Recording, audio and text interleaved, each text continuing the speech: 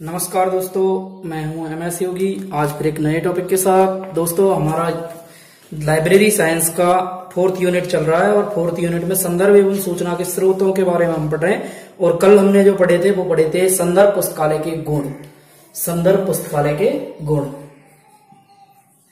संदर्भ पुस्तकालय के गुण। दोस्तों, कल के टॉपिक से जोड़ देता हूं आपको कि संदर्भ पुस्तकालय के गुण मैंने आपको 3 तरह के बताए थे। एक तो व्यक्तिगत थे, नंबर 1 बताए थे मैंने व्यक्तिगत, ये देखिए व्यक्तिगत, और दूसरे बताए थे शैक्षणिक एवं व्यावसायिक गुण, और तीसरे बताए थे प्रशासनिक गुण। यहां तक हम पढ़ चुके हैं और मैं उम्मीद करता हूं कि आपने भी ये सारे जो पढ़ लिए होंगे। तो दोस्तों, अब आगे मैंने कल बताया था कि हमें प्रारंभ कहां से करना है, कि इसका संगठन किस प्रकार किया जाता है। संदर्भ पुस्तकालय का संगठन किस प्रकार से किया जाएगा, संदर्भ पुस्तकालय का संगठन, ये हमारा टॉपिक है आज का। संदर्भ पुस्तकालय का संगठन, संदर्भ पुस्तकालय का संगठन। तो दोस्तों, आज पढ़ने वाले हैं संदर्भ पुस्तकालय के संगठन की बात। संदर्भ पुस्तकालय के संगठन पर चर्चा करेंगे हम कि संदर्भ पुस्तकालय का जो संगठन है, संदर्भ जो विभाग होता है, संदर्भ पुस्तकालय ये विभाग की बात करेंगे हम। इसमें विभाग, संदर्भ विभाग पुस्तकालय का संगठन, यानी जो संदर्भ पुस्तकालय में, जो पुस्तकालय में विभाग होता है, संदर्भ विभाग, उसका क्या रोल होता है और ये कहाँ होना चाहिए, कौन से पुस्तकालय में संदर्भ विभाग होता है, कौन से पुस्तकालय में संदर्भ विभाग नहीं होता है, इस प्रकार की कुछ हम चर्चा करने वाले हैं। तो दोस्तों, एक बार यदि आप हमारे इस चैनल पे नए हैं तो एक बार सब्सक्राइब बटन पे, जो नीचे आपके लाल बटन का निशान लगा हुआ है, उसको एक बार क्लिक कर ले, जिससे कि आप हमारे चैनल की सदस्यता ग्रहण कर लोगे। और पास में ही बेल आइकन का निशान है, उसको भी दबा लें, जिससे कि मेरे रोज आने वाली वीडियो की नोटिफिकेशन आपको मिलती रहेगी। तो संदर्भ विभाग की चर्चा करेंगे कि इसका संगठन किस प्रकार होना चाहिए। सबसे पहले तो जो हमारे छोटे पुस्तकालय होते हैं उनमें ये विभाग नहीं होता, क्योंकि उसमें एक ही क्या होता है, पुस्तकालय अध्यक्ष होता है और वही सब कुछ संभालता है। तो ये संदर्भ विभाग किस पुस्तकालय में होता है, तो एक तो आपकी जो पब्लिक लाइब्रेरी होती है,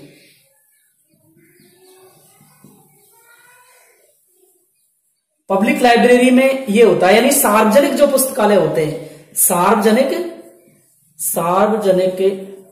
पुस्तकालय में, सार्वजनिक जो पुस्तकालय हैं उनमें क्या होता है, ये विभाग होता है।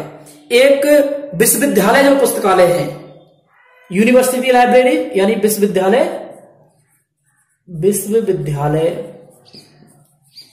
पुस्तकालय,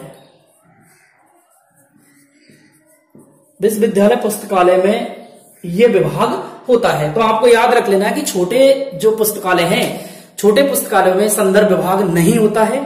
होता कौन कौन से में, एक तो जो पब्लिक लाइब्रेरी होती है, पब्लिक लाइब्रेरी में ये विभाग होता है। विश्वविद्यालय पुस्तकालय, जितने भी हमारे विश्वविद्यालय पुस्तकालय हैं उनमें ये विभाग होता है। और जो सार्वजनिक पुस्तकालय यानी पब्लिक लाइब्रेरीज हैं उनमें भी ये विभाग होता है।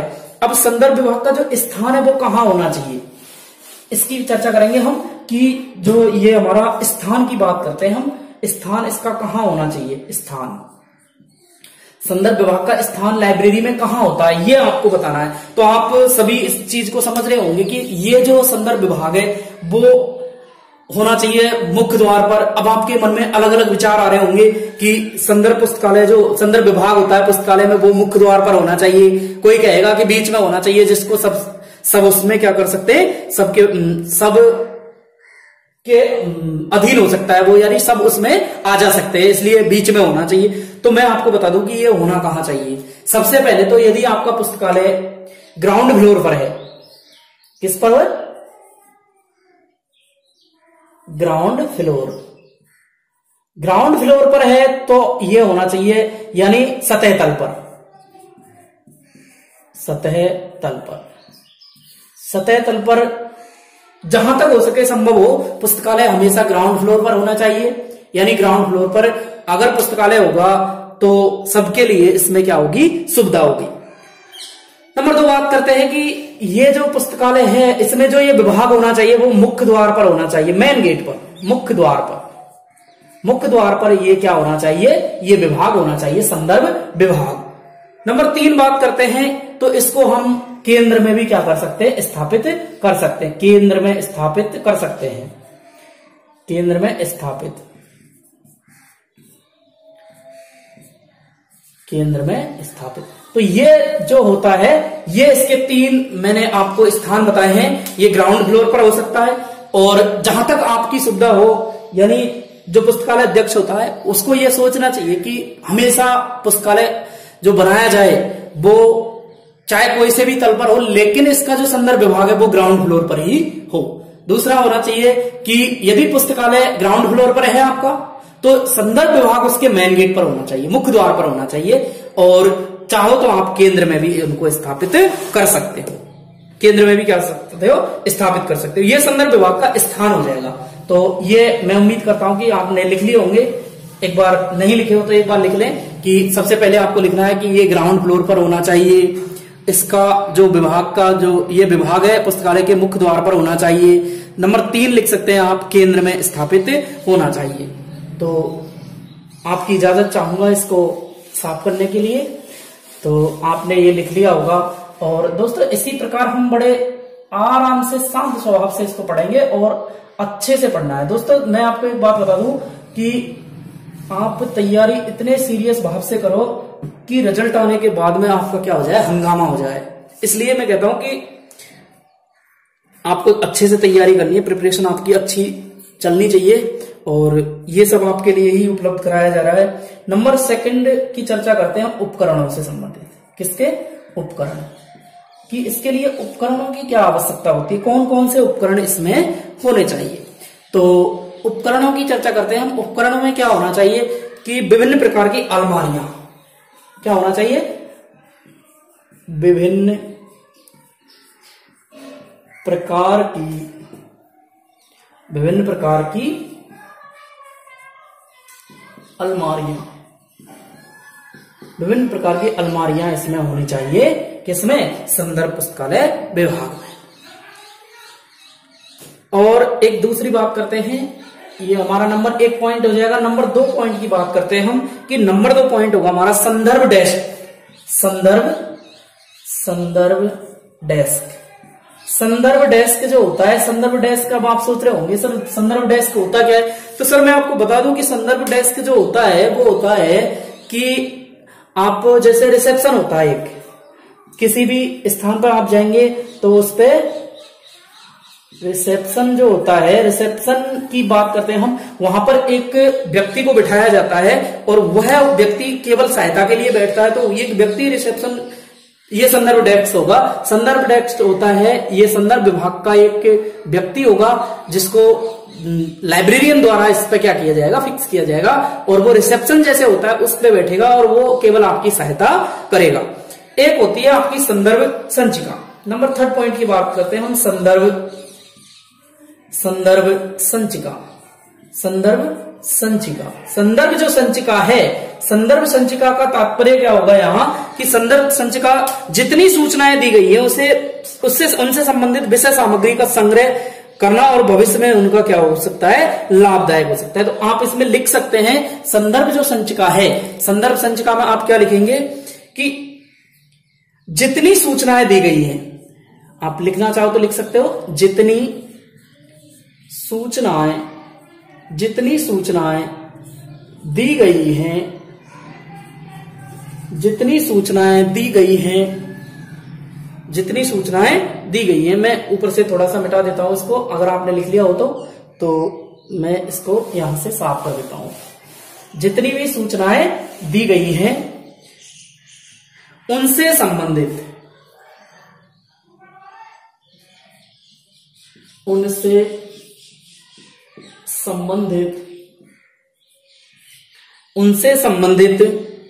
विषय सामग्री का संग्रह,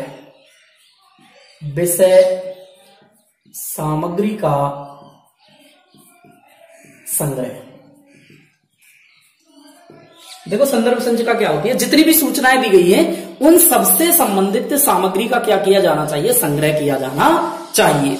और इसका क्या है, आप भविष्य में भी लाभ ले सकते हैं। तो हम लिख सकते हैं कि इसका भविष्य में भी लाभ लिया जा सकता है, भविष्य में भी लाभ लिया जा सकता है। तो ये लाभ किस प्रकार लिया जा सकता है, ये एक बार आप समझ लीजिए कि भविष्य में किस प्रकार, माना कि आपने किसी से संबंधित सूचना मांगी है, तो सूचना जैसे आपने प्राप्त करनी चाहिए तो आप चाहोगे कि ऐसी सूचना और कोई व्यक्ति भी पा सकता है, इसलिए उनसे संबंधित विषय जो सामग्री है उनका संग्रह कर लेना चाहिए। ये संदर्भ संचिका का है कि इसमें एक कर्मचारी जो लगाया जाएगा वो उस सामग्री का क्या कर लेगा, संग्रह करेगा, वो भविष्य में भी उसका क्या किया जा सकता है, लाभ लिया जा सकता है। एक होती है दैनिक पंजिका। क्या होती है, दैनिक पंजिका। ये भी आप समझ लीजिए दैनिक पंजिका क्या होती है। यहां मैं लिख देता हूं आपको दैनिक पंजिका। दैनिक पंजिका, और दैनिक पंजिका होती है जैसे नाम से ही पता चल रहा है, एक दिन में जितने भी सूचनाएं दी गई हैं या पाठक द्वारा जो प्रश्न पूछे गए हैं, पाठक का रिकॉर्ड इसमें क्या किया जाएगा, रखा जाएगा। तो आप इसमें लिख सकते हैं कि पाठक द्वारा पूछे गए, पाठक द्वारा पूछे गए, पाठक द्वारा पूछे गए, पाठक द्वारा पूछे गए प्रश्न और पाठक का रिकॉर्ड, प्रश्न और पाठक का रिकॉर्ड। ये आप एक बार समझ लीजिए कि पाठक द्वारा जितने भी प्रश्न पूछे गए हैं उसमें क्या करता है कि ये जो सूचना होगी केवल एक दिन की होगी, एक दिन में पाठक द्वारा पूछे गए प्रश्नों और उनका क्या करना है, पाठक का रिकॉर्ड, प्रश्न और पाठक दोनों का ही इसमें क्या किया जाता है, रिकॉर्ड सम्मिलित किया जाता है। तो आपको ये याद रख लेना है कि पाठक द्वारा पूछे गए, और ये भी जो सूचना होगी वो एक दिन में होगी। कितने दिन में होगी, एक दिन की सूचना होगी, और पाठक द्वारा एक दिन में जितने प्रश्न पूछे जाएंगे और किस पाठक ने पूछे, इन सबका इसमें क्या किया जाता है, रिकॉर्ड संचित किया जाता है। तो ये हमारा क्या हो जाएगा, दैनिक पंजिका हो जाएगी। एक आता है हमारा ऊर्ध्व संचिका। ऊर्ध्व संचिका, ऊर्ध्व संचिका, ऊर्ध्व संचिका क्या होती है, इसको थोड़ा सा समझ लीजिए आप। ऊर्ध्व संचिका होती है यानी वर्टिकल जो फाइल होती है, ऊर्ध्व संचिका कहते हैं इनको, वर्टिकल फाइल। कौन सी, वर्टिकल फाइल। तो आप चाहो तो लिख सकते हो vertical file, vertical file. Vertical file होती है ऊर्ध्व संचिका। इसमें संभावित पूछे जाने वाली सामग्री को रखा जाता है। किसको रखा जाता है, जो संभावना है, आप लिख सकते हैं इसमें संभावित, संभावित पूछे जाने वाली या संभावित पूछी जाने वाली सामग्री को रखा जाता है, सामग्री को रखा जाता है। तो दोस्तों ये आपने देख लिया होगा। अब आपको क्या करना है, सबसे पहले मैं आपको बता दूं कि मैंने अभी आपको जो बताया है, संदर्भ जो विभाग का संगठन होता है, संदर्भ विभाग का संगठन किस प्रकार किया जाता है। तो संदर्भ विभाग का जो संगठन किया जाएगा वो केवल सार्वजनिक पुस्तकालय में होता है इसका रिकॉर्ड, और या विश्वविद्यालय पुस्तकालय, या तो पब्लिक लाइब्रेरी, या आपकी कौन से होंगी, विश्वविद्यालय पुस्तकालय, इनमें संदर्भ विभाग होता है। संदर्भ विभाग का स्थान बताया था, उसके बाद मैंने स्थान की चर्चा करते थे। तो स्थान जो होना चाहिए वो तो या तो ग्राउंड फ्लोर पर होना चाहिए, या फिर उसके मुख्य द्वार पर होना चाहिए, या उसके बीचों बीच में होना चाहिए। तो इस प्रकार आपको ये क्या करना है, सभी चीजें याद रखनी है। उसके बाद मैंने उपकरणों की चर्चा की। अब ये उपकरण में ही चल रहा है हमारा। उपकरण में मैंने यहां तक बताया, सबसे पहले बताया था मैंने उपकरण में नंबर 1 जो बताया था, आप जहां आपने लिखाया वहां एक बार पलट के देखिए उसको। उसमें लिखाया था मैंने उपकरण, उपकरण में मैंने लिखाया था कि आपको जितनी भी अलमारियां होती है विभिन्न प्रकार की अलमारियां होंगी, और एक उदाहरण संदर्भ डेस्क लिखा है। उसके बाद में संदर्भ डेस्क का मीन्स क्या बताया था मैंने कि एक व्यक्ति जो रिसेप्शन पे बैठता है वो सहायता के लिए बैठता है, आपकी सहायता के लिए ही बैठेगा वो। संदर्भ संचिका बताइए। संदर्भ संचिका में क्या बताया था, जितनी भी सूचनाएं दी गई हैं उनसे संबंधित सामग्री का संचय किया जाएगा, जो कि आपको भविष्य में उनका क्या किया जाएगा, लाभ लिया जा सकता है। तो ये मैंने आपको बता दिया। इसके बाद में दैनिक पंजिका बताइए। दैनिक पंजिका क्या है कि पाठक द्वारा पूछे गए प्रश्न और पाठक का क्या किया जाता है, इसमें रिकॉर्ड किया जाता है। एक है ऊर्ध्व संचिका। ऊर्ध्व संचिका का अर्थ क्या होता है, वर्टिकल फाइल जो होती है, संभावित पूछी जाने वाली सामग्री को इसमें क्या किया जाएगा, रखा जाएगा। तो यहां तक मैं उम्मीद करता हूं कि आपने अच्छे से समझ लिया होगा। तो मैं इजाजत चाहूंगा आपसे कि इसको एक बार साफ कर देते हैं, उसके बाद में हम थोड़ा आगे चलते हैं। और दोस्तों मैं आपसे कुछ प्रश्न भी पूछने का प्रयास करूंगा कि आप इसमें कैसे कैसे प्रश्न आ सकते हैं। तो यदि आप इस चीज को चाहते हैं, प्रश्न भी मैं आपसे पूछूं, तो एक बार कमेंट बॉक्स में लिखिए कि आप किस प्रकार के प्रश्न पसंद करेंगे।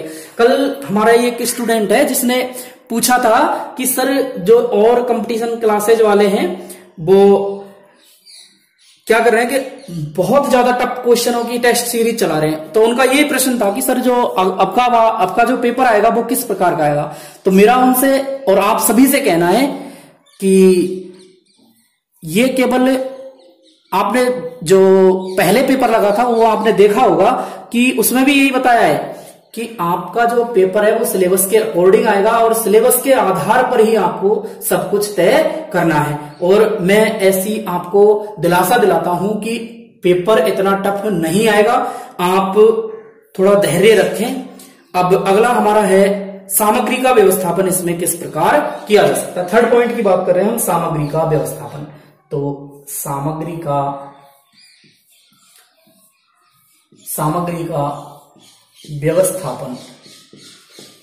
का व्यवस्थापन, तो ये हमारी क्या है, हेडिंग है, सामग्री का व्यवस्थापन किस प्रकार किया जाएगा। तो संदर्भ ग्रंथ जो होते हैं उनके संबंधित बात होती है, यहाँ संदर्भ ग्रंथों की चर्चा करनी है हमारी। तो सामग्री का व्यवस्थापन होता है संदर्भ ग्रंथ में, और संदर्भ ग्रंथ होते कौन कौन से हैं। तो संदर्भ ग्रंथ होते हैं हमारे, एक तो होता है शब्दकोश। क्या होता है दोस्तों, इनको ध्यान से सुने, शब्दकोश नंबर 1। नंबर 2 हो सकता है आपका विश्वकोश। क्या हो सकता है, विश्वकोश। नंबर 2 क्या हो सकता है, विश्वकोश। नंबर 3 हो सकता है जीवनकोश या जीवनीकोश, ठीक है, जीवनकोश। नंबर 4 हो जाएगा आपका हस्तपुस्तिका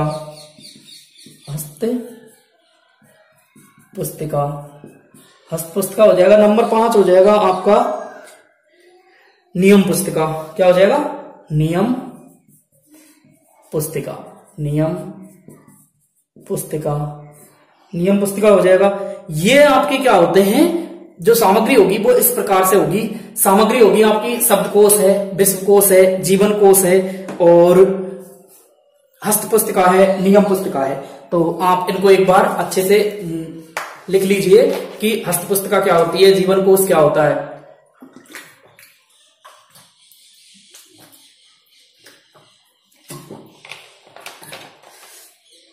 तो मैं उम्मीद करता हूं आपने लिख लिया होगा कि शब्दकोश, विश्वकोश, जीवनकोश, हस्तपुस्तिका और नियम पुस्तिका।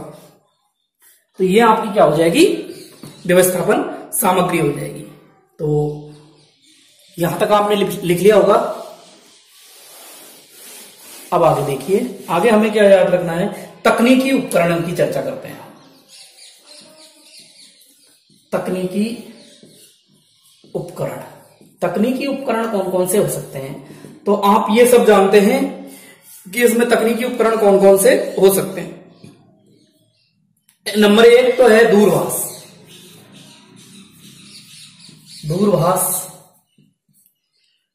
नंबर क्या है, दूरभाष।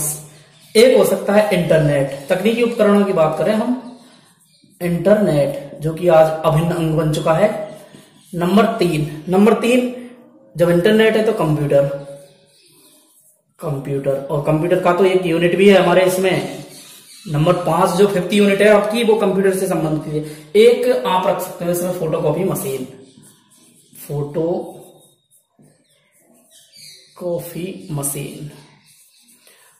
की मशीन भी इसमें शामिल हो सकती है। ये तकनीकी उपकरण जो लगभग आप सभी जानते हो कि दूरभाष, मोबाइल से संबंधित जो भी है, टेलीफोन वगैरह दूरभाष से संबंधित होगा। एक इसमें इंटरनेट होता है और दूसरा होगा कंप्यूटर और एक होता है फोटोकॉपी। तो ये आजकल तो एक लाइब्रेरी में क्या सामान्य आदमी के भी एक क्या बन चुके हैं, अभिन्न अंग बन चुके हैं। तो ये आपको याद रखना है कि ये भी इसमें हो सकते हैं। तो दोस्तों आपने पढ़ा, इससे पहले मैंने क्या बताया था आपको, व्यवस्थापन सामग्री बताई, व्यवस्थापन सामग्री के बाद में तकनीकी उपकरण बताए। अब तकनीकी उपकरण के बाद में प्रशिक्षित मानव संसाधन क्या हो सकते हैं। प्रशिक्षित मानव संसाधन यानी किस किस प्रकार से मानव संसाधन हो सकते हैं, प्रशिक्षित होना चाहिए मानव संसाधन जितने भी हैं।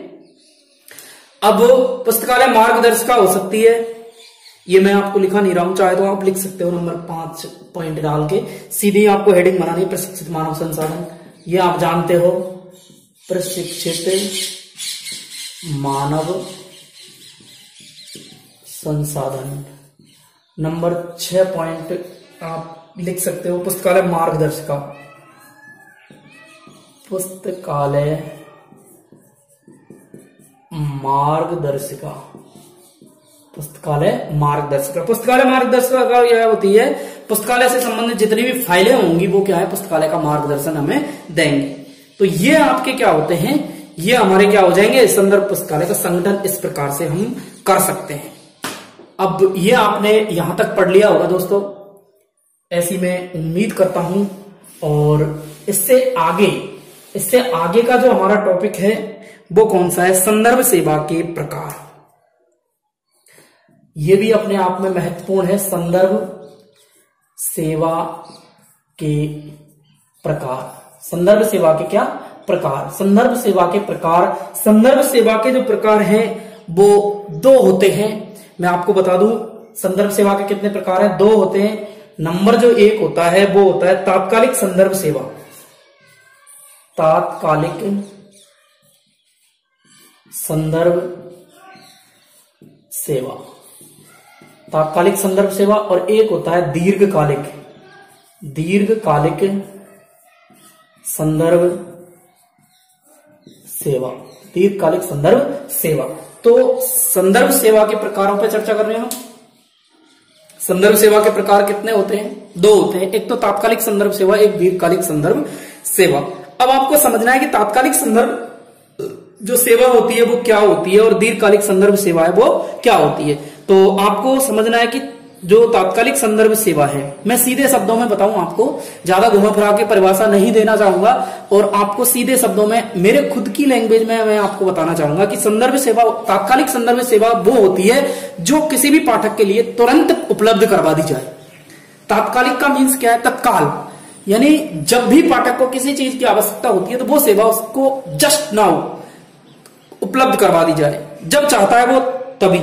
अब आप कहोगे कि सर इसमें जो टाइम होता है वो क्या होता है, तो सर मैं आपको बताना चाहूंगा कि ये जो तात्कालिक संदर्भ सेवा है, तात्कालिक संदर्भ सेवा है वो कुछ ही क्षण में जितना कम हो सके उतने पल में आप इसको खत्म कर सकते हो। तो ये होती है हमारी तात्कालिक संदर्भ सेवा। और दीर्घकालिक संदर्भ सेवा, इसमें समय लगता है। जैसे मैं आपको उदाहरण दूं कि तात्कालिक संदर्भ सेवा का क्या अर्थ है। अभी एक पाठक और लाइब्रेरियन के पास जाता है, लाइब्रेरियन से पूछता है कि सर राजस्थान में जो सार्वजनिक पुस्तकालय है वो उसकी स्थापना कब की गई थी, तो वो बताएगा कि सर इसकी जो स्थापना की गई है वो 2006 में की गई है। तो केवल और केवल 1 सेकंड में, केवल और केवल 1 सेकंड में वो क्या कर देगा, उसका उत्तर उसको दे देगा। तो ये होती है तात्कालिक संदर्भ सेवा। वो पूछना चाहेगा जैसे कि सर भारत के प्रधानमंत्री कौन है, अब वो ये थोड़ी है कि वो शब्दकोश खोलेगा उसके बाद में उसमें देखेगा, या फिर CAS देखेगा उसके लिए, या SDI देखेगा, ऐसा कुछ नहीं है। वो सीधा बताएगा कि PM हमारे नरेंद्र मोदी हैं। तो इस प्रकार से आप क्या कर सकते हैं, ये आप समझ सकते हैं कि तात्कालिक जो संदर्भ सेवा है वो तत्काल दी जाती है, और दीर्घकालिक जो संदर्भ सेवा है उसमें थोड़ा समय लगता है। तो मैं चाहूंगा कि आप इसकी एक बार परिभाषा लिख लें। परिभाषा किस प्रकार से लिखना है, तो हेडिंग बनाएंगे आप तात्कालिक संदर्भ सेवा, और तात्कालिक संदर्भ सेवा में लिखना प्रारंभ करेंगे कि तात्कालिक संदर्भ सेवा आखिरकार होती क्या है। कि इस संदर्भ सेवा में, इस संदर्भ सेवा में, इस संदर्भ सेवा में बहुत अल्प समय या बहुत कम समय, इस संदर्भ सेवा में बहुत कम समय में पाठक किसको? पाठक को सूचनाएं तथा पाठक को सूचनाएं तथा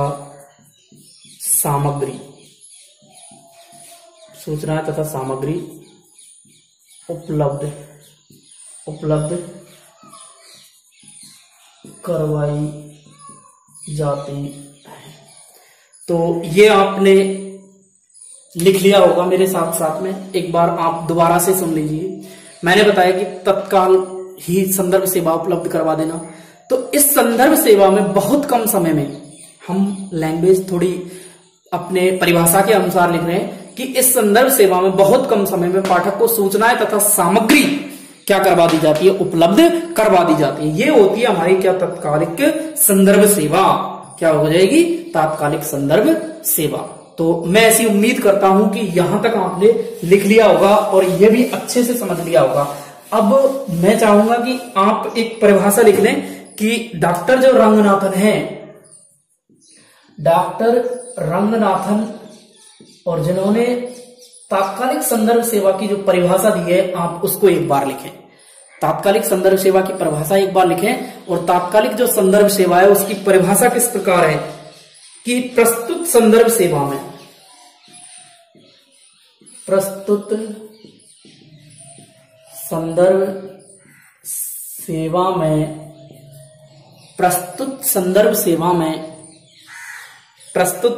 सेवा में बहुत अल्प समय में, बहुत अल्प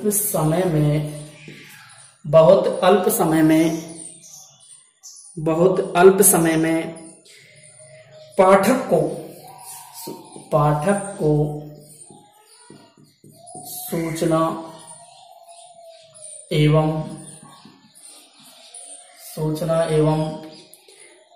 एवं सामग्री प्रदान की जाती है। सामग्री प्रदान की जाती है यदि संभव हो तो एक क्षण में, यदि संभव हो तो एक क्षण में। समझेंगे? डॉक्टर रंगनाथन है वो इसी बात को कहते हैं जो विचार आपके मन में चल रहा है। यानी ये कहते हैं कि संदर्भ सेवा जो होती है, संदर्भ सेवा डॉक्टर रंगनाथन के अनुसार प्रस्तुत संदर्भ सेवा में बहुत अल्प समय में पाठक को सूचना एवं सामग्री प्रदान की जाती है, यदि संभव हो तो एक क्षण में। मैंने बताया था जितना कम समय लग सकता है उसमें वो क्या कर सकता है? उसको बांटने का प्रयास करता है। तो ये आपको क्या करना है? याद कर लेना है। तो मैं उम्मीद करता हूं कि आपको ये परिभाषा समझ में आ गई होगी।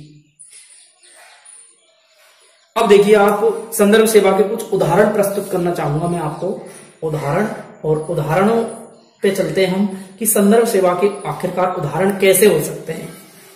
तो आप ने जो सिलेबस पढ़ा होगा, सिलेबस जो होगा, सिलेबस की बात करते हैं तो सिलेबस में दो प्रकार के सिलेबस होते हैं। सिलेबस में दो प्रकार की पुस्तकें आएंगी आपकी। एक तो आती है पाठ्य पुस्तकें, कैसी? पाठ्य पुस्तकें। और दूसरी आती है संदर्भ पुस्तकें, संदर्भ पुस्तकें। पाठ्य पुस्तकें और संदर्भ पुस्तकें आप समझने का प्रयास करें कि एक तो टेक्स्ट बुक और एक रेफरेंस बुक। रेफरेंस बुक तो संदर्भ पुस्तकों को कह सकते हैं। उदाहरण की बात करता हूं मैं। सिलेबस यानी पाठ्यक्रम जो होता है हमारा, पाठ्यक्रम में दो प्रकार की पुस्तकें आती हैं, पाठ्य पुस्तकें होती हैं, एक दूसरी आती है हमारी कौन सी? संदर्भ पुस्तकें। अब पाठ्य पुस्तकें क्या होती हैं? पाठ्य पुस्तकें वे होती हैं जिसमें संपूर्ण सामग्री को एक सीक्वेंस में बांट दिया जाता है, एक सीक्वेंस में बांटा जाता है। वो तो होती है हमारी क्या? पाठ्य पुस्तकें, सीक्वेंस के आधार पर, जिसमें सिलेबस के आधार पर हमारा क्या होगा। अब संदर्भ जो पुस्तकें होती हैं, संदर्भ पुस्तकें जो होंगी, संदर्भ पुस्तकों में संबंधित पाठ्यक्रम को विशेष रूप में प्रस्तुत किया जाता है। कोई जरूरी नहीं है कि आपका जो फर्स्ट यूनिट है वो, जैसे हमारा क्लासिफिकेशन का यूनिट है। अब क्लासिफिकेशन में जरूरी नहीं है कि आपके लास्ट वाले चैप्टर को वो संदर्भ पुस्तक में तो यह होता है कि वो उसको कहीं भी उसको क्या कर सकता है, प्रस्तुत कर सकता है। लेकिन पाठ्य पुस्तकों में क्या होता है, पाठ्य पुस्तकों में जो होगा वो एक सीक्वेंस में होगा, एक क्या होगा, सीक्वेंस में बांट दिया जाता है। तो ये होता है हमारा एक उदाहरण, जैसे हमने देखा एक पाठ्यक्रम है, पाठ्यक्रम को 2 भागों में बांटा है, पाठ्य पुस्तकें और संदर्भ पुस्तकें।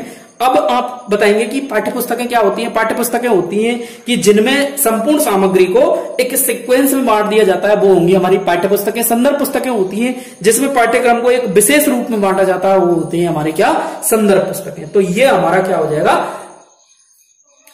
तत्कालिक संदर्भ सेवा। तो मैं ऐसी उम्मीद करता हूं आपने यहां तक लिख लिया होगा। और दोस्तों यहां से जो आगे की जो वीडियो है उसमें मैं बताऊंगा कि पाठ्यक्रम होता क्या है, पाठ्यक्रम किस प्रकार का होना चाहिए, और जो संदर्भ सामग्री है, वो संदर्भ पुस्तकें हैं, वो कैसी होनी चाहिए। तो आप अगली वीडियो को भी देखना ना भूलें। Thank you.